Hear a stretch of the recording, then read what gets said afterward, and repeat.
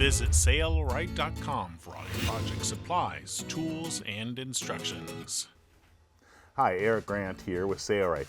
If you've purchased the WorkerB Power Pack for your older Ultrafeed sewing machine and you've mounted it on your machine and noticed that the case top, if you have an older industrial case, doesn't fit well, this video is going to show you how to make that modification so that your carrying case works well with the brand new WorkerB Power Pack. This modification is only required if you have an older carrying case. First, we're going to start by discussing this carrying case. And this carrying case comes with a bottom that looks like this.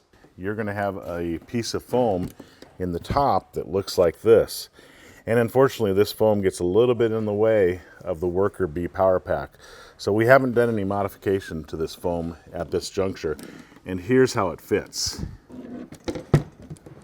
So I'll latch it over here, and then I'll come over here, and you'll notice that the foam actually is hitting the WorkerB. Now I can compress it down and actually latch it like that, but it's a little bit of pressure on the WorkerB Power Pack unit. So what I'm going to do is I'm going to make sure that I have the case on correctly. As you can see, the hinges are lined up here with the sides of the case lined up.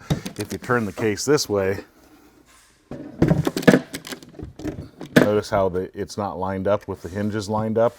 So make sure that you know which way it's supposed to go on your machine. It's supposed to go like this. And the issue is that this foam right here is actually hitting this part of the WorkerB Power Pack. So all you need to do is trim that away. So we know that this is the side that's hitting, and all I need to do is take a steak knife with a little bit of a serrated edge, or a hacksaw also works, and I just need to gently shave some of this off almost to the same level that this is over here, if not just a teeny bit deeper. Now this will still allow you to hold your head in the carrying case if you tip it to the side without it falling over, so don't worry about making this modification. So now we've peeled off about that much of a thickness, which is about a 1/4 inch, I'd guess.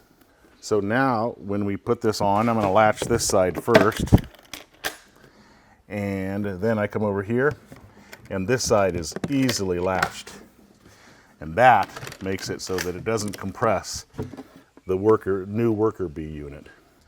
This is our newer industrial carrying case, but this is our first version, and that's why you can see all the dirt on it. And this is our current version.